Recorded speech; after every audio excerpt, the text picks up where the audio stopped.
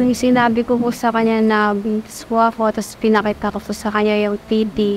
Tapos sinabi niya po na hindi niya po pananagkitan.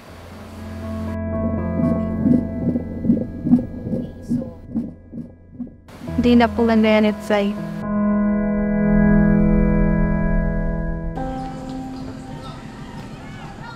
Nabuntis ng kasintahang nakilala online pero hindi pinanagutan. Iyan ang mabigat na dinadala ni Yanyan, di niya tunay na pangalan. Hindi na po siya pakita. Hindi ko nakuha alam yung lumipat tapos sila ng bahay.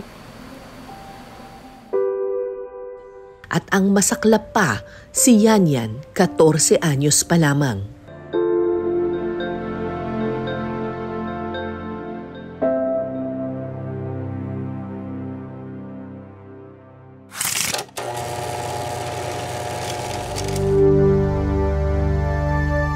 Magtatapos pa lamang si Yanyan ng grade 6 nitong taon nang malaman ng kanyang inang, tatawagin natin sa pangalang Lorna, na buntis ang kanyang anak.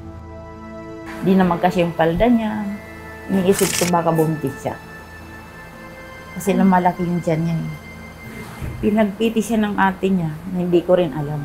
Sinabi na lang nila yung pag-uwi nila. Galing sa Cavite. Hindi agad umamin si Yanyan sa kanyang inang si Lorna. Yung kapatid po ng asawa ni ate, sinabi niya po kay mama na buntis ako. Nilaganin po siya. Dagdag pa ni Lorna, isang beses lamang niya nakita ang boyfriend ni Yanyan kaya maging sila ay hindi ito lubos na kilala. Pinakilala niya po sa akin. Galing sila sa school. Masakit. Nandiyan na yan eh. Anggapin na lang. At ang masakit pa rito, naglahong parang bula ang lalaking nakabuntis kay Yanyan. Yung tayo niya, hindi naman na nagpakita. Lumipat na ng tirahan. Wala, nakablock na siya eh. Ayaw na namin din habulin. Kung kaya naman namin buhayin yung bata, bubuhayin na lang namin. Mahirap man para kay Lorna ang sinapit ng kanyang anak, hindi niya raw pababayaan si Yanyan at ang magiging anak nito. Hindi ka lalagpas. Sa buong pagbubuntis ni Yanyan, 2 beses pa lamang siya nakakapunta sa health center. Mabuti na lang daw at libre naman ang check-up sa rural health center.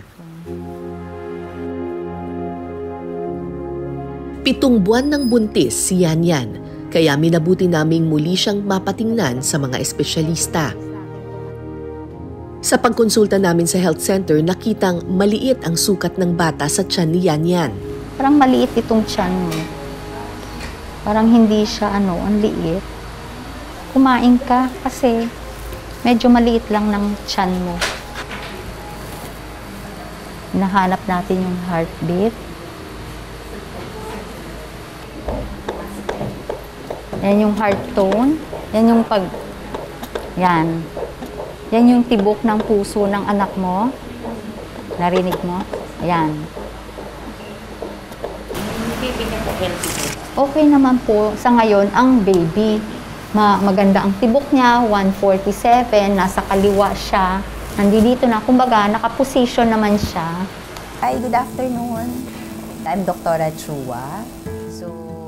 At dahil pwede na rin malaman ang kasarian ng sanggol na dinadala ni Yanyan, minarapat na rin naming patingnan siya sa isang obstetrician gynecologist o OB-GYN para maipa-ultrasound.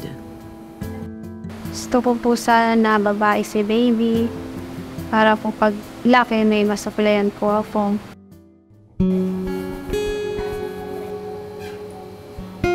So tama ang posisyon niya kasi ang ulo ng baby ay nasa baba na. So yan ang magandang posisyon para ka manganak ng normal pagkabuanan mo na. Ang sukat ko sa kanya, tama kayo na nasa 7 months, 7.5 months. 30 weeks and 4 days ang lumalabas sa sukat ko sa kanya. Wala man ako nakitang abnormality, tama rin ang posisyon niya, tama ang placenta, ang dami ng tubig. Noong 2022, tumaas ng 10.15% ang bilang ng mga batang inang edad 10 hanggang 19 na taong gulang. Sa datos na inilabas ng Commission on Population o POPCOM noong 2023, Pumapangalawa ang Pilipinas sa mga bansa sa Southeast Asia na may mataas na kaso ng adolescent birth rate sa mga babaeng edad 15 to 19. Sa kanyang edad na 14, maituturing na high risk ang pagbubuntis ni Yan Yan. Hindi pa sila mature enough para mag-handle ng situation like pregnancy. So, physically and emotionally, hindi pa sila ready. Ang katawan nila, ang mga teenager, pwedeng mas madalas sa mga teenage pregnancies ang nagkakaroon ng mga anemia or hypertension, preeclampsia, yung tumataas ang mga blood pressure nila pagkabuntis. Pwede rin magkaroon ng mga abnormalities ang baby or yung mga premature deliveries or maagang panganganak ng baby dahil hindi pa nga sila ready. So marami talagang risk factors.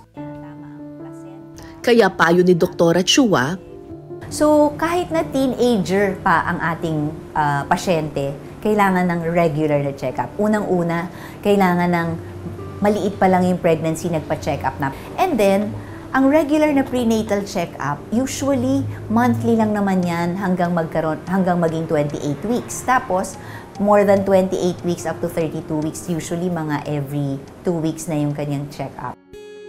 hindi natatapos sa pagbubuntis ang paghihirap ng mga menor de ina. Sa oras na nailuwal na ang bata, panibagong hamon ang kanilang haharapin. Ayun mga kababayan, no? At meron sa ating message na isang bata daw na may kasamang anak. Bali nanghihingi siya dito. Kamakailan lamang ay umani ng maraming views online sa isang vlog ang batang itatago natin sa pangalang Nikki. Tulad ni Yan, menor de ina rin si Nikki na ngayon ay 15 anyos na at may 8 buwang sanggol. Ang ama ng kanyang anak nakilala lang din niya online at walang trabaho. Binisita ko si Nikki sa isang bayan sa Laguna. Hello po, Hello ma'am. po. Kumusta? Kumusta po? Ikaw si Opo. Sabi niya, di ko naman anak yan eh. Sabi, sa ibang lalaki mo yan eh. Kaya sabi ko, hindi mo pala tanggap yung anak ko. Tapos, lagi niya akong binubugbog. Tapos, pinapainom niya akong gamot. Para saan daw yung gamot? Pampalaglag po ng bata. Ikaw ayaw mong palaglag yung bata. Hindi ako po. Kasi po, masama po kay Papa. Sa Diyos po yan eh. Ang alin? Ipalaglag po yung baby.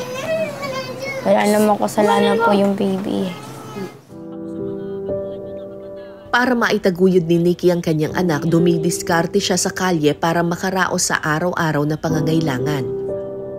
Paano mo binuhay ngayon yung baby mo? Nangihingi lang Saan? sa bayan po. Eh, sino nag-aalaga sa baby habang nagpapalimos ka? Lola ko po. Magkano kinikita mo sa pagpapalimos? Ano po, minsan 300, minsan po 250. Tapos saan mo ginagamit yung... Binibili ko pong gatas papas niya siya kapag kain. Matapos siyang makapanganak, hindi natapos ang paghihirap niya sa kanyang kinakasama. Wala na siyang pakialam sa anak. Kahit umiyak po, yung nagkasakit po to, yung nagkabulate po sa ilong, hindi niya po iniintindi. Kahit daw mag-isa, kakayanin ni Nikki na buhayin ang kanyang anak at susubukang makabalik sa pag-aaral. Bakit gusto mong bumalik sa pag-aaral? Gusto ko po makapag-aposo. Kasi, May pangarap po ako sa buhay eh. ano yung pangarap Gusto ko po maging abogado. Malaking hirap ang dinaranas ng mga menor de edad na nagbubuntis. Iniisip ng karamihan na dito na nagtatapos ang kanilang mga pangarap sa buhay.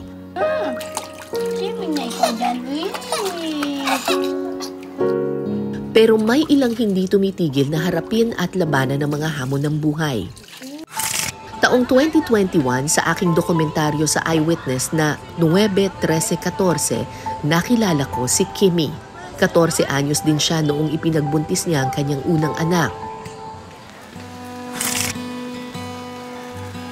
Pero makalipas ang mahigit 3 taon, heto na si Kimmy ngayon. Nakita niyo po yung mga napundar kong mga gamit sa aking business simula noong 2021. Ito po yung para sa cutting machine, sa mga stickers. Ito mga nagagawa, pwede nyong ilagay sa mga motor, sa tumbler, or sa mga case. Tapos, pwede rin po dito sa suklay, ganyan, kung gusto nyong pangalanan yung mga gamit nyo. Ito po, napundar ko po last year, mag-press. Ganito, nakakagawa ng ganitong design. Lahat po ng pwede nyong i-design, pwede po. Dahil po sa mag din, nakapundar po ako ng heat press para sa mga t-shirts. Ako rin po nagdi-design, ganyan, ng mga t-shirt para sa mga reunion at kung ano-ano pa. Gumagawa rin po ako ng ref magnets, lahat po ng klase ng souvenirs, invitations, tarpaulins. Hindi rin naging madali para sa kanya ang bumangon mula sa pagkakadapa, pero hindi ito naging hadlang para sa kanyang tagumpay na tinatamasa ngayon. Noong 2016 po, nag-online selling po ako ng mga beauty products, ganyan. Tapos habang 2021, nag-scroll ako sa Facebook, ano pang pwedeng pagkakitaan. Nakita ko na in demand nga po yung printing business. Kaya sumubok po ako, namuhunan ako ng 5,000 para sa maliit mo ng printer. Hanggang sa sunod-sunod na po yung mga napundar ko hanggang ngayon 2024. Para sa kanyang mga anak, handa raw gawin ni Kimmy ang lahat para lang masuportahan sila. Struggle din po talaga kasi lalo 3 po sila mga nag-aaral. Yung 2 po nag-aaral.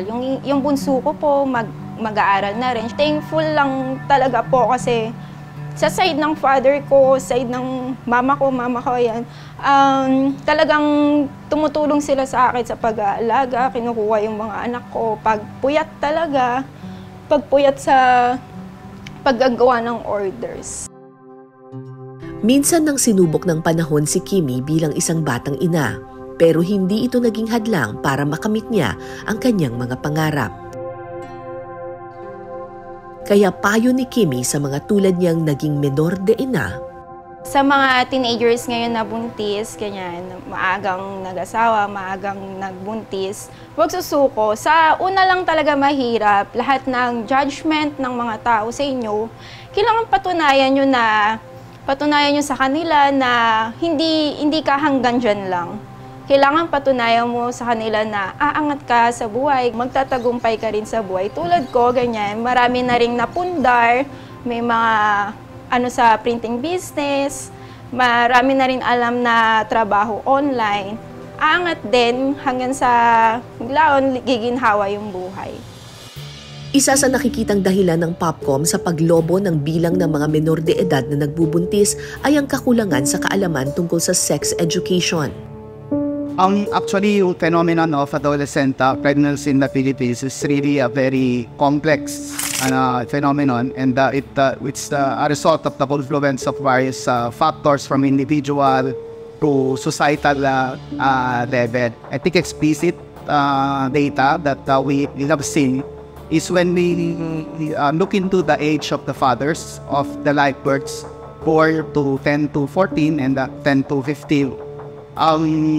We have seen that yung mga fathers ng mga bata na mga live births na to are much older than the age of the mother. Ibig sabihin, nasa 20 pataas yung age of the fathers of children born to 10 to 14 na girls. Nakikita natin is yung exposure from information, particularly sa mga sexual explicit content from various sources, especially from online.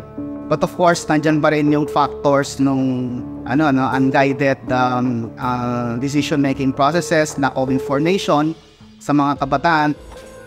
Bukod pa rito, may isa pa silang itinuturong dahilan. Live-in arrangement is also increasing actually based sa population census po natin. And nakikita naming pattern ay usually doon sa mga nabuntis na mga adolescent mothers, eventually ay nag-live-in sila ng kanilang partners. Tulad ni Kimmy, hindi rin daw titigil si Yanyan para makamit ang kanyang pangarap kahit na meron na siyang paparating na malaking responsibilidad.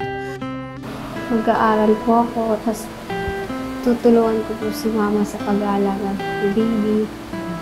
Mahalaga ang pagmamahal ng pamilya at determinasyon ng mismong mga menor de ina. pero kailangan din nila ng gabay ng lipunan. Mga programa ng pamahalaan na susuporta sa kanila, kabilang na ang mga plano para sa tamang edukasyon sa kabataan. Sa kanyang ultrasound, nalaman ni Yanyan ang kasarian ng kanyang ipinagbubuntis. Okay, so ang gender ni baby, babae. Kita niyo to? Ito? So, baby girl. Masaya ko kasi girl yung baby ko. Sa nalalapit na panganganak ni Yanyan, dasal namin, sana ligtas niyang mailuwalang kanyang anak. Ako po si Cara David at ito ang Cara Docs, ang kwento sa bawat numero.